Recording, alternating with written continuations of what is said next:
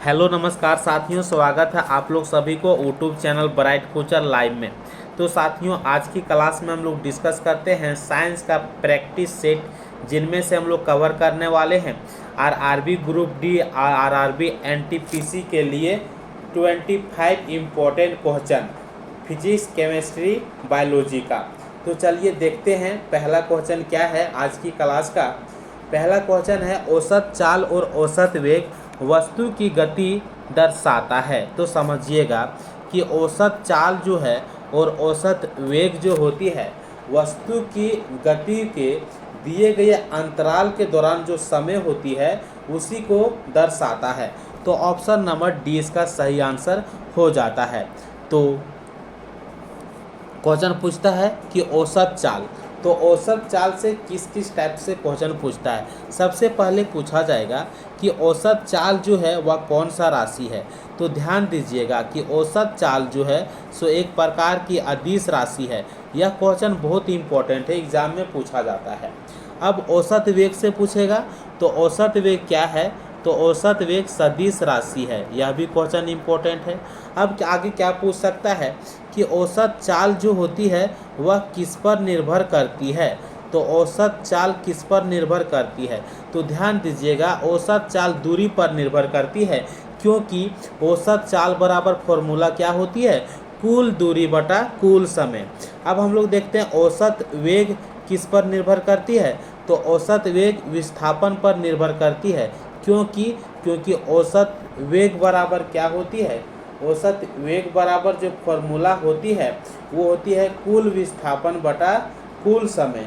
तो इसलिए औसत वेग जो होती है वह विस्थापन पर निर्भर करती है। अब हम लोग बढ़ते हैं अगला क्वेश्चन की ओर। अगला क्वेश्चन क्या है, चलिए देखते हैं। अगला क्वेश्चन है तत्कालिक वेग और औसत वेग कब बराबर होती है। तो ध्यान दीजिएगा, तत्कालिक वेग और औसत वेग तब बराबर होती है जब किसी वस्तु का त्वरण क्या होती है, शून्य होती है। किसी वस्तु का त्वरण क्या होती है, शून्य होती है। तो ऑप्शन नंबर डी इसका सही आंसर हो जाती है। अब हम लोग बढ़ते हैं अगला क्वेश्चन की ओर। अगला क्वेश्चन क्या है, चलिए समझते हैं। लाल ग्रंथि से एंजाइम स्रावित होती है। तो लाल ग्रंथि से मुख्य रूप से जो एंजाइम निकलती है वह निकलती है एमाइलेज। ठीक है, एमाइलेज का कार्य क्या होती है। वैसे तो लाइपेज एंजाइम जो है वह भी कहाँ से निकलती है, लाल ग्रंथि से, लेकिन मुख्य रूप से क्या निकलता है, एमाइलेज निकलता है। तो क्वेश्चन यहाँ पे एमाइलेज इसका सही आंसर हो जाएगी। और यहाँ पे बात करेंगे एमाइलेज का काम क्या होती है। तो एमाइलेज का काम यही होती है कि स्ट्रॉच को शर्करा में बदल देता है, यानी कि शर्करा में तोड़ता है। ठीक है, लेकिन लाइपेज जो निकलता है वो क्या करती है, तो लाइपेज वसा को पाचन करती है। आप लोग इसे ध्यान में रखिएगा, क्वेश्चन बहुत इंपॉर्टेंट क्वेश्चन है। अब हम लोग देखते हैं उत्क्षेप बल और भार कार्य करते हैं। तो ध्यान दीजिएगा, उत्क्षेप बल और भार किस में काम करता है, तो विपरीत दिशा में कार्य करता है। तो ऑप्शन नंबर 20 का सही आंसर हो जाती है। अगला क्वेश्चन है निम्नलिखित कारणों में से किसके कारण बादल आकाश में तैरता है। ठीक है, बादल जो होती है आकाश यानी कि हवा में तैरता है, तो किसके कारण, क्योंकि तो बादल जो होती है आकाश में इसलिए तैरती है क्योंकि वहाँ पे घनत्व जो होती है सो कम होती है। तो निम्न घनत्व के कारण वहाँ पे तैरती है। तो ऑप्शन नंबर डी इसका सही आंसर हो जाती है। अब हम लोग अगला क्वेश्चन देखते हैं। चित्र में दिखाए गए संकेत को विद्युत परिपथ के संदर्भ में क्या कहते हैं। तो ध्यान दीजिएगा, क्वेश्चन इस टाइप से रेलवे ग्रुप डी और रेलवे के किसी भी एग्जाम हो, क्वेश्चन फिगर से रिलेटेड डायरेक्ट पूछ लिया जाता है। तो यहाँ पे देखते हैं कि चित्र में दिए गए संकेत विद्युत परिपथ के संदर्भ में, ठीक है, विद्युत परिपथ के संदर्भ में क्या कहते हैं। तो विद्युत परिपथ के संदर्भ में यह फिगर क्या कह रहा है, विद्युत बल्ब के बारे में कह रहा है। तो ऑप्शन नंबर सी इसका सही आंसर हो जाएगा।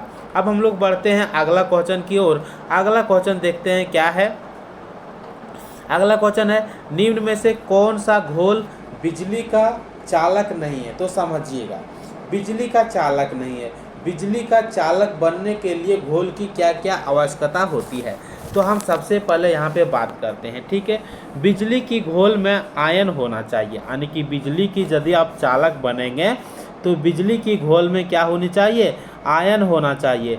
और आयन क्या करती है, तो आयन क्या करती है, आवेश को एक जगह से दूसरे जगह ले जाने की कार्य करती है, इसलिए आयन होना चाहिए।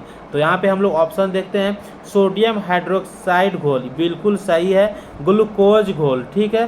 तो ग्लूकोज घोल ऑप्शन नंबर 20 का सही आंसर हो जाएगी, क्योंकि ग्लूकोज घोल जो इसे क्या है, यह सहसंयोजन यौगिक है, ठीक है, इसमें आवेश नहीं होता है।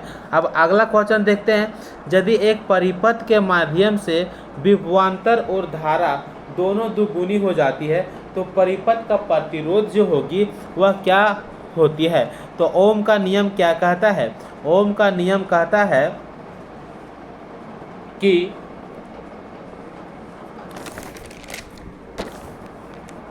R बराबर V बटा I होता है। ये किसने कहता है, तो ओम का नियम कहता है, ठीक है। तो यदि हम यहाँ पे प्रतिरोध वही रहेगा, इसको हम लोग क्या करेंगे, वोल्टेज यानी कि विभवांतर दो गुनी हो जाएगा और धारा भी दो गुनी हो जाएगा, फिर ये कट हो जाएगा और R dash equal to V और I रह जाएगा। तो प्रतिरोध का मान क्या रह जाएगा, सेम रह जाएगा, यानी कि समान रहता है। तो ऑप्शन नंबर सी इसका सही आंसर हो जाती है। लेड नाइट्रेट को जोरदार ढंग से गर्म करते समय उसमें से एक गैस निकलती है, वह गैस कैसा रंग की होती है, तो लाल भूरे रंग की गैस होती है, ठीक है।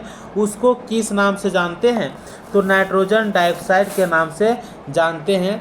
ध्यान रखिएगा, ये क्वेश्चन जो है सो बहुत ही इंपॉर्टेंट क्वेश्चन है। अब हम लोग बढ़ते हैं अगला क्वेश्चन की ओर। श्लेष्मा झिल्ली की सूजन को क्या कहते हैं, तो श्लेष्मा झिल्ली के सूजन को हम लोग म्यूकोसाइटिस कहते हैं। क्या कहते हैं, म्यूकोसाइटिस कहते हैं, लेकिन यहाँ पे ऑप्शन में नहीं दिया गया है, इसका आंसर ये होना चाहिए श्लेष्मा झिल्ली को। अब ब्रोंकाइटिस जो है इससे क्या कहते हैं, तो फेफड़े में, ठीक है, फेफड़ा में वायु मार्ग की सूजन को, ठीक है, फेफड़ा में वायु मार्ग के सूजन को हम लोग ब्रोंकाइटिस कहते हैं, इसका आंसर ये होता है। अब हम लोग बढ़ते हैं अगला क्वेश्चन की ओर। निम्नलिखित में से कौन सा कार्बन का संयुक्त रूप है। सबसे पहले कार्बन क्या है, तो कार्बन एक अपरूप है, ठीक है। अब कार्बन का संयुक्त रूप इसमें कौन सा नहीं है, तो हीरा जो होगा वह कार्बन का संयुक्त रूप नहीं होगा, उसके अलावा डोलोमाइट, मार्बल चौक सब कार्बन का संयुक्त रूप होगा। अगला क्वेश्चन देखते हैं हम लोग, निम्न में से किसके घनत्व और क्वथनांक दोनों निम्न होता है। यहाँ पे कॉपर दिया गया है, सोना दिया गया है, सोडियम दिया गया है, आयरन दिया गया है, ठीक है। तो सोडियम जो है सो इसका घनत्व और क्वथनांक दोनों निम्न होता है। अब आप समझिएगा कि सोडियम का घनत्व निम्न होता है, जिसके कारण से क्या करता है, पानी पर, यानी कि सोडियम का घनत्व जो होती है पानी से भी कम होती है, जिसके कारण पानी पर तैरता है। तो क्वेश्चन पूछा जाएगा कि सोडियम पानी पे तैरता है, डूब जाता है, तो सोडियम पर तैरता है। अब क्वथनांक देखते हैं, तो सोडियम का क्वथनांक भी कम होता है, जिसके कारण से ये कम तापमान पर उबलने लगता है, ठीक है। क्वेश्चन इस टाइप से भी एग्जाम में पूछा जाता है। अब हम लोग बढ़ते हैं अगला क्वेश्चन की, ठीक है। अगला क्वेश्चन देखते हैं, यह क्वेश्चन तो बहुत इंपॉर्टेंट है, ये क्वेश्चन बार बार रिपीट होते हैं कि क्विक लाइम भी कहते हैं। तो क्विक लाइम भी किसे कहते हैं, तो कैल्शियम ऑक्साइड को क्विक लाइम के नाम से जाना जाता है, यानी इसे बिना बुझा हुआ चूना भी कहा जाता है। बिना बुझा चूना इसे को कहा जाता है क्विक लाइम, ठीक है। क्वेश्चन बहुत इंपॉर्टेंट है, तो इसका आंसर जो होगा सो कैल्शियम ऑक्साइड, तो कौन सा ऑप्शन में देखने को मिल रहा है, ऑप्शन नंबर डी में देखने को मिल रहा है। तो ऑप्शन नंबर डी इसका सही आंसर हो जाएगा। और इसे हम लोग बर्न्ट लाइम भी कहते हैं, ठीक है, बर्न्ट लाइम भी कहते हैं, ध्यान में रखिएगा। अगला क्वेश्चन यहाँ से ये पूछा जाता है कि जो दिया जाता है कि कैल्शियम हाइड्रोक्साइड जो दिया जाता है इसे हम लोग क्या कहते हैं, तो इसे हम लोग बुझा हुआ चूना कहते हैं या सेलेक्ट लाइम कहते हैं, ठीक है। तो इसे हम लोग ध्यान में रखिएगा, क्वेश्चन बहुत इंपॉर्टेंट क्वेश्चन है। सेलेक्ट लाइम कहते हैं या तो बुझा हुआ चूना कहते हैं। अगला क्वेश्चन अभी हम लोग डिस्कस करेंगे कि अनबुझे यानी कि बिना बुझे हुए चूना का रासायनिक सूत्र क्या होता है, तो कैल्शियम ऑक्साइड होता है।